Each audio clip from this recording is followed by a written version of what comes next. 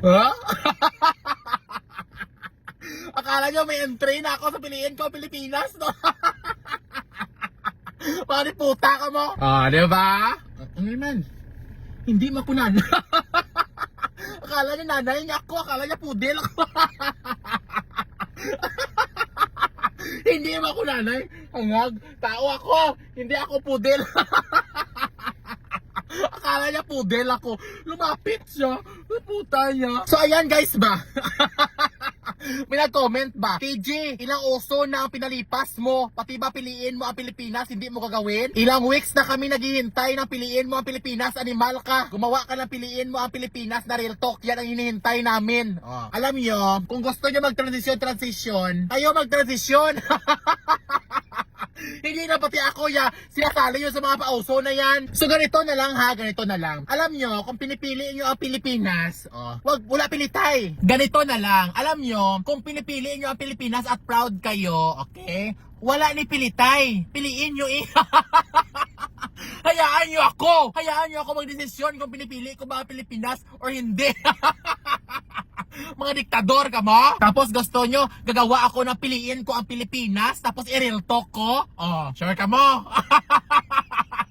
Sure ka mo sa real talk? At dahil pinipilit nyo ako na gumawa ako ng sarili kong version na piliin mo ang Pilipinas na real talk, okay, sige, umpisahan natin dito. So ang tanong ng mga followers ko, sa katagal-tagal ng pauso na ito, bakit wala pa ring entry sa piliin mo ang Pilipinas si Thailand girl? Sige, una sa lahat, wala bang problema sa akin kung pinipili nyo ang Pilipinas at proud kayo? Ako kasi, hindi pa ako sure.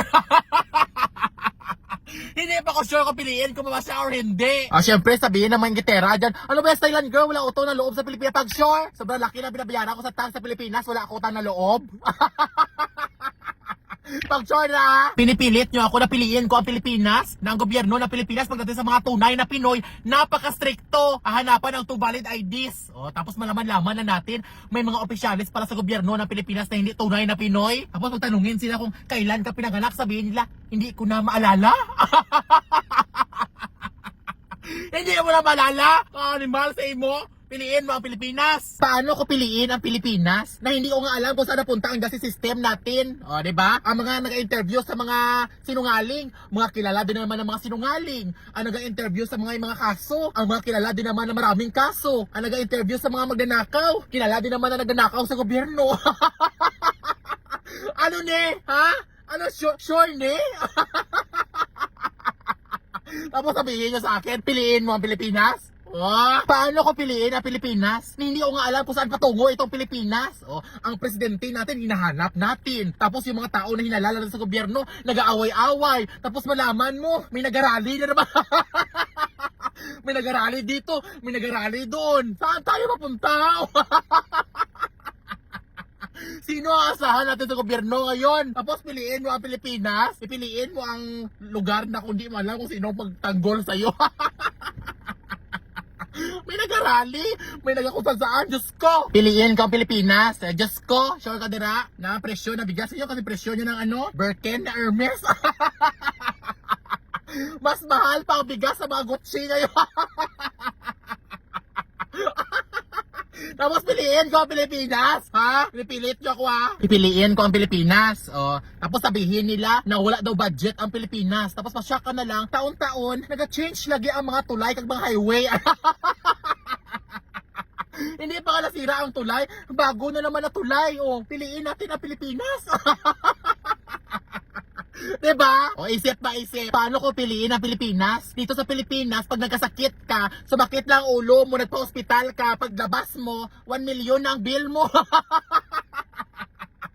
Grabe ka mahal ang hospitalization. Paano ko piliin ang Pilipinas? Sabihin niyo sa akin, B, ha? Dito sa Pilipinas, pagdating sa eleksyon, billion ang budget ng gobyerno. Pero ang Coast Guard natin doon sa West Philippine Sea, tinatapunan na ng tubig ng mga Chinese. Kawawa sila! Tinatapunan na sila ng tubig doon. Pero pag eleksyon gani, akala mo ang Pilipinas, first world country mo. Billion na budget. Ito pa, sagutin niyo ako. Paano ko piliin ang Pilipinas? Nang negosyo ako sa Pilipinas, 100 pa lang ginansya ko, 1,000 na ang violation ko sa BIR. diba? Piliin ko Pilipinas. Paano ako mag-improve niyan? Na nag-start pa lang ako. Patong-patong na ang violation ko. Diba? Ito pa, personal na experience. Paano ko piliin ang Pilipinas? Pag-graduate ko sa Pilipinas, 20 ka school ang in-applyan ko. Kahit na isa, wala may tumawag. Paano ako tatawagin? Dalawa lang ang vacant na posisyon. 3,000 kami nag-apply. Diba? Paano kami tawagin yan? Sa Pilipinas, 5 months ako naghanap ng trabaho. Wala talaga ako mahanap ng trabaho. Tapos yung kasama ko na nagpa-Thailand, 5 months pa lang, may hulog-hulugan na siya na Rusi na motor. Puta ito. May kilala pa ako na teacher ba. Gumawa siya ng transition niya na piliin ko ang Pilipinas. Sis, diba? 7 years ka naman volunteer teacher.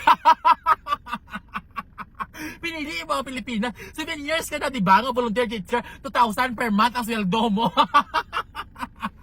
Di puta, karon na. Pipiliin mo ang Pilipinas. Sa Pilipinas na magtrabaho ka, 5 years mo na trabaho, mas lalo ka naglubog sa utang. May kilala pa ako na pinili niya talaga ang Pilipinas. Nalubog sa utang.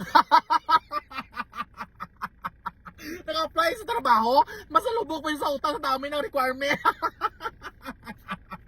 Di puta. Pipiliin mo ang Pilipinas. Sa Pilipinas, pag mahirap ka, tamad ka. Pag mayaman ka naman, mayabang ka. Saan tayo ng lugar sa Pilipinas? May kilala pa ako na nagtrabaho sa Pilipinas after 5 years, lubog sa utang.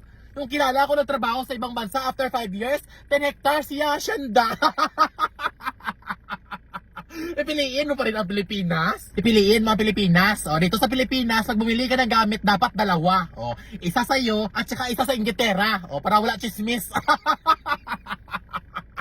Bilhan mo na lang siya para malayo ang sarili mo sa chismis. Tapos sabihin natin, proud ako kay Vice Ganda kasi kahit anong mangyari, sa video niya, pinili niya pa rin ang Pilipinas. Dahil, bilyonarya si Vice Ganda. Tayo, kamang-kamang para makakain tayo 3 times a day. Normal na piliin niya Pilipinas. Kaya dito ang mga negosyo niya. Normal na piliin ni Vice Ganda ang Pilipinas kasi kahit ano mangyari sa Pilipinas dahil hindi siya magutom. Tayo na mga mahihirap, unahin pa natin ang pagiging patriotic na yan. Napambili ka ng paracetamol, inuutang natin. Sure ka? Kaya ako, sabihin nyo na hindi ako patriotic o wala akong utang na loob sa Pilipinas. Pero kung ako ang mahirap, ay Diyos ko, mag-ibang bansa ako. Kaysa sa mag-stay ko sa Pilipinas, sa magutom ko din. Diba? Pero tulad yan ni Vice Ganda, kahit gaano kahirap ang buhay dito, kung medyo okay naman ang buhay mo, we chose to stay in the Philippines. Kasi nandito ang pamilya natin, nandito tayo lumaki, at nandito tayo tinuruan ng Pilipinas na kahit gaano kahirap ang buhay, kailangan nating ngumiti. Pero pwede nga hindi lang mahirap ang buhay. Bala, hindi ako nakangiti. Basta hindi lang mahirap ang buhay, sana ba? Diyos ko, ang budget ba? Ang budget. Kaya ikaw, ang tanong ko, sa sobrang hirap ng buhay sa Pilipinas, pipiliin mo pa rin ba ang Pilipinas? Abuti pa nagpudel na lang ko na ido. Nagpudel na lang ko daw. Sige na. But guys, we should always choose the Philippines. Bawi-bawi, kumabash ako daw.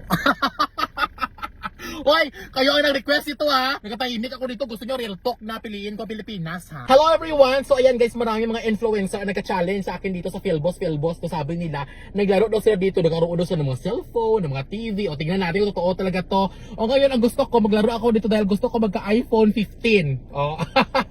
Subukan natin guys ha. Sa una, maglaro na daw tayo dito sa tinatawag nila na ano to? Ayan, Mines. Palagay natin dito is...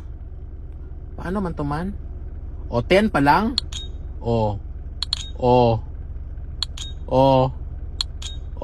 Diba lagay 20?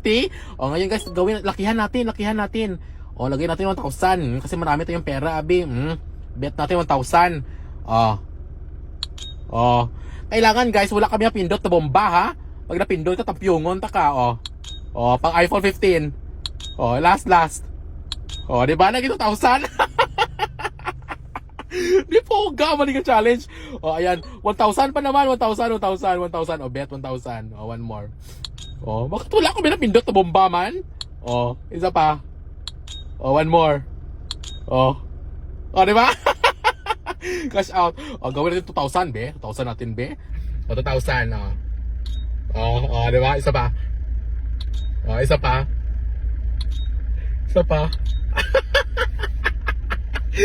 Puta, diba? Oh, one more guys, one more. Oh, isa pa. 2,000 yun ha. Oh, one more. Oh, 4,000 na. Sino talaga nag-una-una lang challenge na ito man? So ayan guys, kung nakita ninyo ang pera natin na 13,000 naging 17,000 o ganoon lang kadali. Pero syempre kasi nga gina-challenge ako at syempre may pera ako ng konti. O sa lahat ng gusto maglaro, ilalagay ko ang kanilang link sa comment section. Pero guys, again, baka naswertehan na talaga ako kaya wala mga bomba, no? O kayo guys, hindi ibig sabihin na maswerte ako, maswerte din kayo. O careful sa paglaro at hindi ito pwede sa mga bata. At syempre, kailangan ilaro nyo yung available nyo na pera, hindi na pambigas-bigas na laro nyo pa. O ayan, maglaro pa ako ha, kasi iPhone 15 eh.